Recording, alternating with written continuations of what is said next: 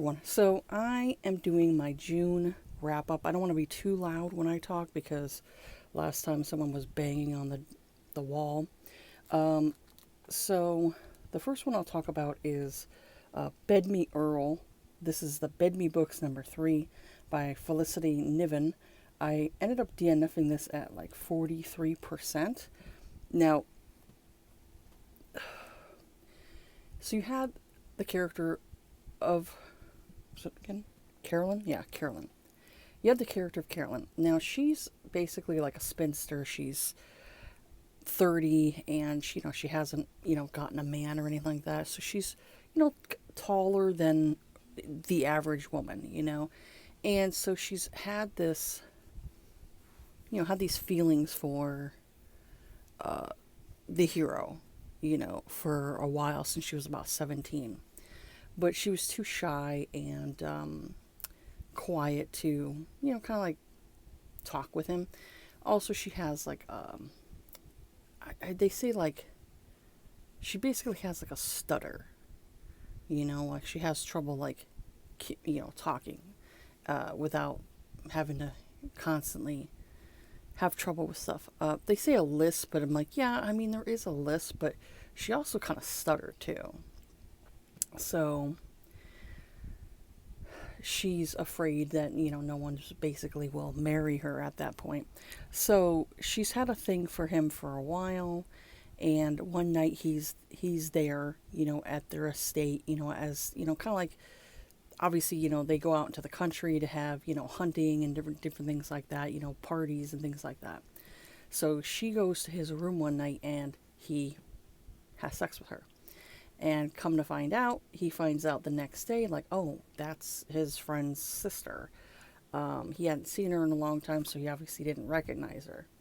And so he's basically smitten from then on. He's like, oh, well, because it is my friend's sister, I should, offer my hand, to marry her.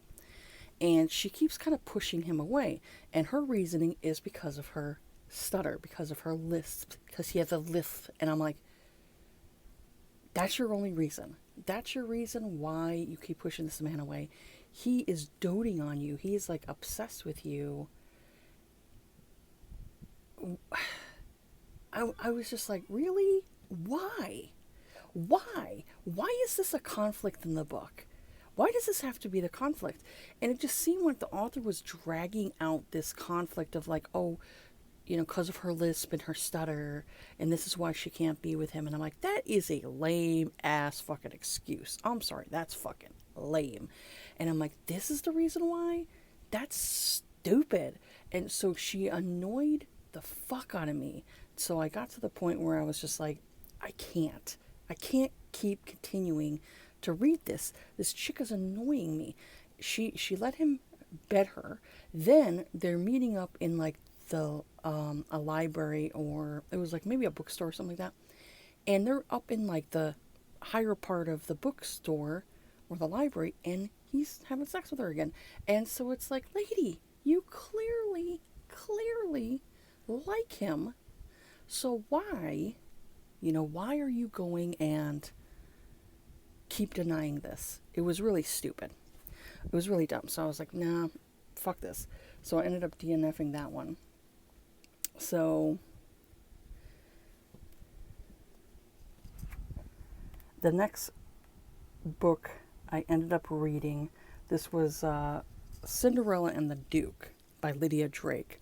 Now this is obviously a Cinderella retelling. So we have the characters of Julia and Gregory Carter. He's obviously the Duke. And so Julia is 27. She's basically like, at the point of spinsterhood, basically. And she has been living with her stepmother because her father had died like a year after he had gotten remarried years ago.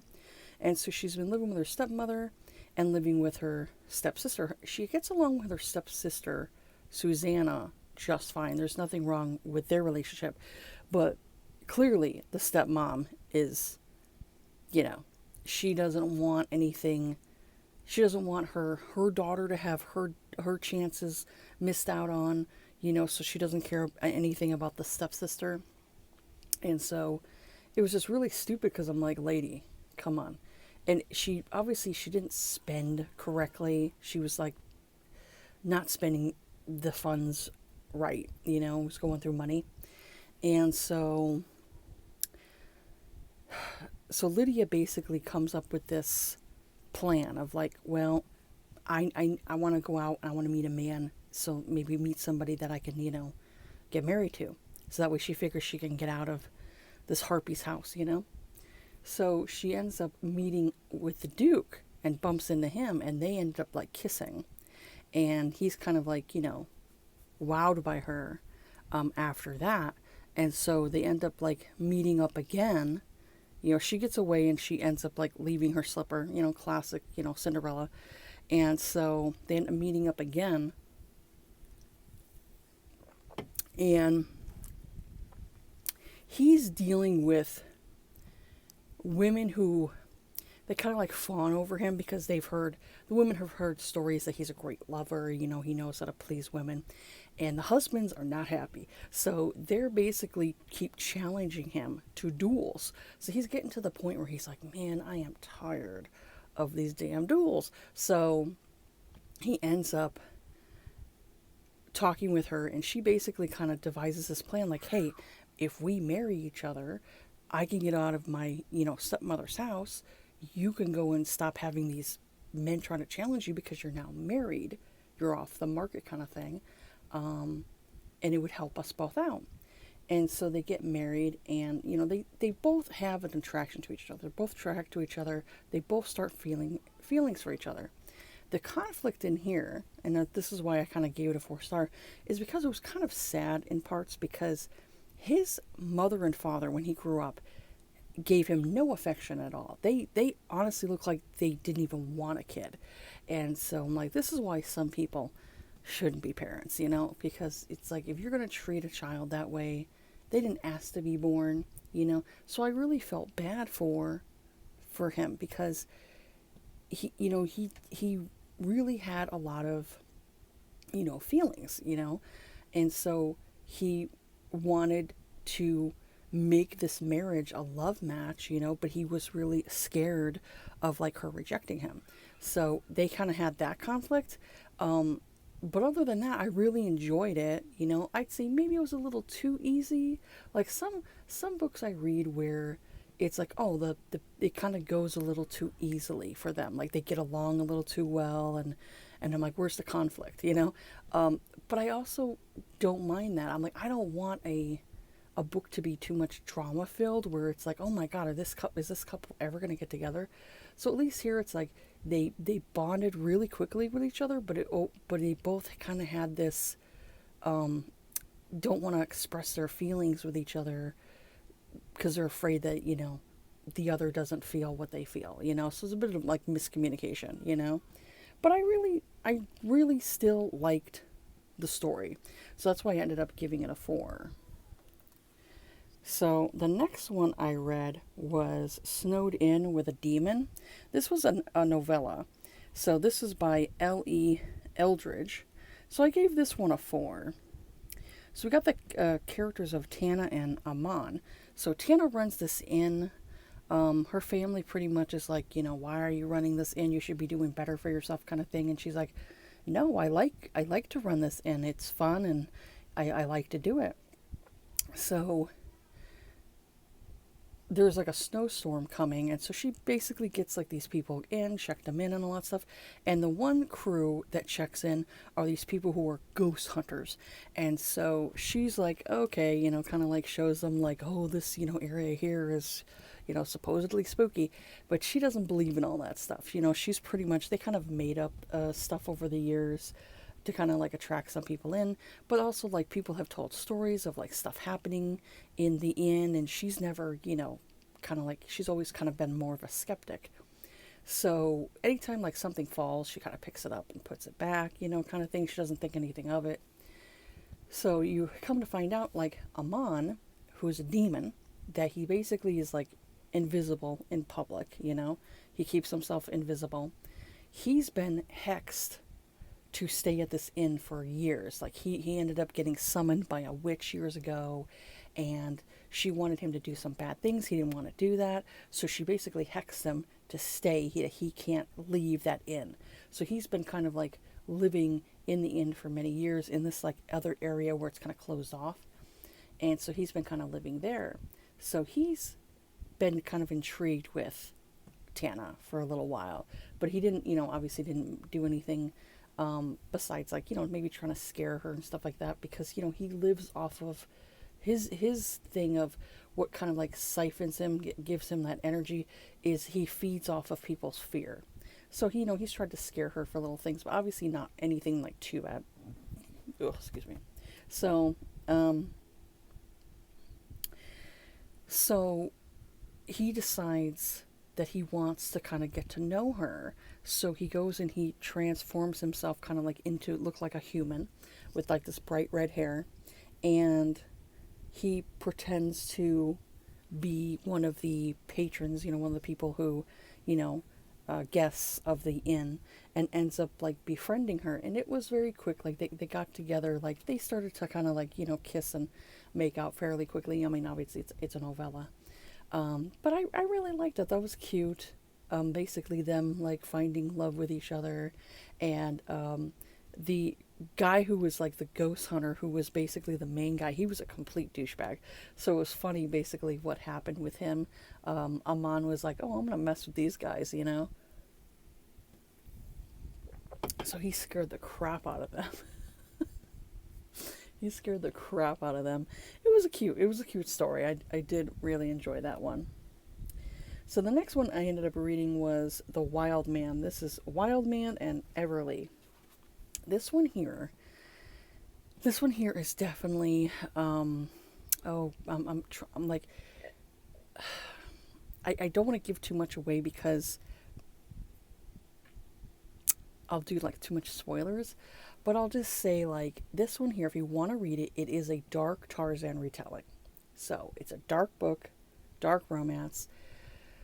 Check trigger warnings because there are some things at the beginning of this that may trigger some people, may anger some people, but I really enjoyed it. You have the character of Everly, and she basically has been around her like very protective father and brothers for many years, so she decides she wants to go off on her own in the forest to look for this elusive wild man that's supposedly, in the forest.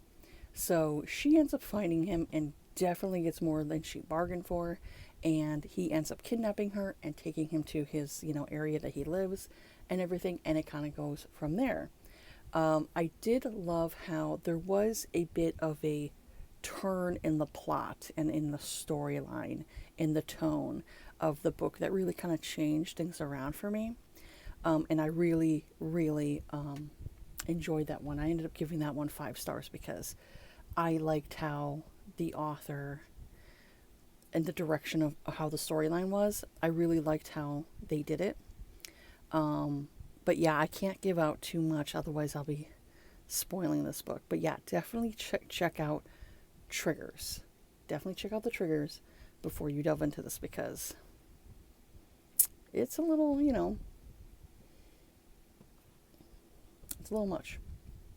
So the next one I read, I wasn't a huge fan of this. I ended up giving it a 3. Now, I have read a few other Cleo Evans books. Come on, Goodreads. Work with me. So I've read a few Cleo Evans books, and this one here is a part of like this fucking app, I swear. It's part of the Creature Cafe. Now this is book number 2. I read book number 1. I think it was maybe like, I don't know if it was last month or the month before. So we had, this one here is basically like a threesome. So we have the characters of Draken, Dell, and Cat. So I'll say like I appreciated the creativity of this author and different things that they came up with. The reason why I gave this one a 3 is because we got the characters where they're looking for like love matches. And so the one guy who's a barista, he goes and he basically is like a matchmaker. for like monsters, with, other couples and stuff like that, get people together. So he ends up finding these matches where Kat is human and her husband was killed years ago by a werewolf. And so she's been kind of like scared of monsters, but also she's been attracted to some of the monsters too. So she ends up getting matched with two dragon shifters. So Draken is definitely more of an alpha, and then you have Dell, who's definitely more, I'd say, submissive. And so they all, basically get together at Dell's place and, have like, have, a good time. The thing that I'd say I didn't like about this was there was a scene where Draken got a bit rough, and he did something to where I felt like was like, dude, you can't be that like possessive and dominant to where you scare, the other partners, And so he did that, and I was like, oh, dude. I'm like, I don't like that. And then there was like a scene, this one scene where I thought was really weird, and I was like, oh, come on, really? Come on. So yeah, that one there was like, there was a few things that I thought were like just completely ridiculous, So I'm like, I enjoyed it, but I didn't love it. So that's why I ended up giving it a 3. I thought it was decent. It could have been better. I will continue on with that series though, because they're kind of like palate cleansers to me because they are short. They are so short that it doesn't take me that long to like get through the book. But I do like. It is an interesting series. I'll give it that. It is an interesting series. So, the last one I read this month, this one here, I just love this one. This was Heartbreaker Handoff, Varsity Dads, book number 5. I will say, like, if you delve into this, I don't feel like I was missing much from this series. Like, I don't feel like I have to, like, read from the beginning. Like, I'd say you probably could read them all as, like, standalones. So I delved into this one because I love the premise of this one. So we have this character of Roxy, and she goes by Roxy. She ends up getting pregnant by the quarterback of her father's team. Her father's a coach coach for the college team, and the douchebag quarterback, Ezra, he ended up knocking her up, and then, she finds out shortly after she's pregnant that the douchebag, not only did he knock her up, but he was also fooling around with all these other women. And then she goes to his hometown because he's on like a break, like a short break. She goes to his hometown to kind of tell him like, hey, your dad kind of thing. And she goes to tell him and ends up going into his house and basically is like, oh, what the fuck is going on here? So he's engaged to his high school sweetheart, and I'm like, motherfucker. Oh, this guy's a huge douchebag. So she's like, okay, well, I guess I'm going to be a single mom then, because he looks like he doesn't, he's got all this stuff that he's doing, and he just definitely don't look like he, is ready to be a dad, thing. So she's been friends with Billy. He's a part of the team too. I think he's like an offenseman, and he does not get along with her dad, and so that's why she basically didn't want to date Billy first, because, her dad doesn't get along with him. But Billy's been very supportive with her and, been like a good friend to her. And so she kind of basically, had let him know like she was pregnant. And he was like, hey, whatever you need, I'll help you out. I'll be there for you. And it kind of goes from there where he's, telling her like, look, I'll help you, and I'll help with the baby. And so I thought it was very sweet because he was willing to, put everything aside to go and be with her because he had feelings for her, even though he was a bit of like a man whore, where he was fooling around. He ended up getting in trouble, where it ended up going on some kind of like blog or something like that, that he was having like threesomes and stuff like that, with like all these other people. So he had to clean up his act. And so for him to try to clean up his act, he was like, well, I'll date, I'll date Roxy and kind of go from there, since he's liked her anyway. And so it kind of goes from there, where they very quickly, form this bond with each other. And he takes her to like her ultrasounds and like doing all this stuff for her. And he calls her like Biscuit. I think it was Biscuit. I think that's what it was. He called her Biscuit, as like a nickname, because I guess she fed him something that I think it was a biscuit, so he kept calling her that. He was so sweet. He was so sweet and so kind to her, and just wanted to like be there for her. And it was interesting because it didn't have it to where once she had the baby the story ended. I liked seeing the conflict a little bit, because just because you have a baby doesn't mean it's happily ever after. There are a lot of complications that can come with, having children, and all of the things you deal with, like when you have a baby. And so he was basically there for her, and then was in the room when she had the baby. And then it's like, now she's got an infant and she's got to take care of it. And he's trying to do his thing when it comes to college, and trying to get into the pros and NFL and all that stuff. So there was a little bit of conflict with them, after she had the baby. But I really loved how he was like stepping up and like basically saying like, I will be your child's father, that he was willing to step in and help her and be a man, be a man and step in and take on someone else's responsibility. I really liked that one. I love that one. I thought it was so sweet. I loved them as a couple. I thought they were just so cute together.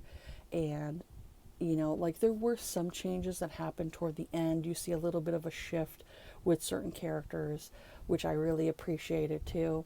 I like to see like certain characters, like if they're portrayed one way, I like to see them grow as a person, and not just be like these one-dimensional characters. So I did like the fact that the author kind of like changed a little bit around of like some of these characters that you saw. But I definitely want to go back to book one and start with book one, because they're all about like dads. It's all basically like a dad series with either like babies involved. So I'd say like, if you're not really into like babies and all that stuff, you probably wouldn't like this series. But I love babies. I love like when there's like some type of like baby trope involved, either like, the couple gets pregnant or something like that, or, there's like maybe like there's like a single mom or a single dad. And then I love like those found families. And that's basically what this was. This was a found family. It was so cute. I love this one. I definitely want to read more from this author. Like I'm definitely going to go into book one right now. Like book one is definitely going to be like a July read, But I really liked it. I really loved how he kind of like stepped up. I mean, yeah, he did do some like a few things that I was like, oh, dude, you kind of fucked up there. But I mean, it's like he's young. He's going to make some mistakes. You got to learn and grow from that, Excuse me. But he was willing to step up and be with her, and knowing that, yeah, it's not his biological child, but he's going to treat that child like it's his own, and be there for that little girl. It was so cute. They had named her like Marley, because her mother's name is Marlena. So I thought it was really sweet. And her parents, like, her dad was a bit of a hard ass, but it's like he obviously cared for his daughter. He loved his daughter. He wanted, to have, for her to have like the best life, So she had really good supportive parents, and the thing I felt bad for was him. Like Billy really didn't have like this supportive dad. His dad was a fucking prick. His dad was a piece of shit prick. And so I really was like, his mom deserves better. You know, like his mom was a bit of an alcoholic, and it's like when you get in a relationship and it's like it kind of like gets bad, it's better to kind of get out, because I mean, if you try to make a marriage work and the one party, the one person in that relationship is not even doing, they're not even helping out, what's the point of staying in a relationship if both parties aren't willing to like try to work things out, you know? So he clearly, you know, didn't give a shit. He was cheating on her. He was just a fucking douchebag. So his mom deserved better. Billy's mom deserved better. So he was a real prick, and he tried to like break up their, you know, their relationship. He was a real douchebag. But I really loved how, you know, Billy was just a really good dude. You know, really good dude. You know, yeah, he made some mistakes, but it's like, who doesn't, you know? Who doesn't make mistakes? So yeah, that one I'd say is probably like, that one and The Wild Man are definitely favorites of mine for the month of June. Those two were my favorites. I really, really like those ones. Um, and yeah, I would definitely get like those two. Like I would definitely get them like a physical copy of those. Those are the ones I get physical copies of because I really enjoyed those ones. And two new authors to me that I will read more of their books. You know, so there you go. But yeah, that's it for this one here. Um, I'd say, you know, my month was pretty decent. I mean, I will say I did have 70 DNFs. I did have 70 DNFs, but I mean, if it's not working for you, it's not working for you. You know, move on, find something else. And I found like better books to read, so there you go. But yeah, I definitely want to read more from Alex Grayson, and I definitely want to read more from, was it Lex Martin? I think that's the name. Lex Martin, yeah. I definitely want to read more from her too, and kind of go from there. Um, July, I want to start getting into more.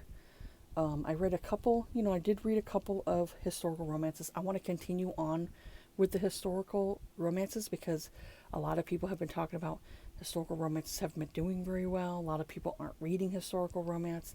So I really want to kind of like, I really want to get into more of my historicals, like in the month of July. Like I have some Courtney Milans that are on my Kindle. I want to read those. There's some other ones I want to get to. I still need to get to like that Stacey Reed one I haven't read yet. That was a bit, I think it was like an Overboard retelling, you know. Um, so I want to get into like that one too. So I'll see what my brain can kind of like, you know, get me into. But I definitely want to go and read some more of my historicals.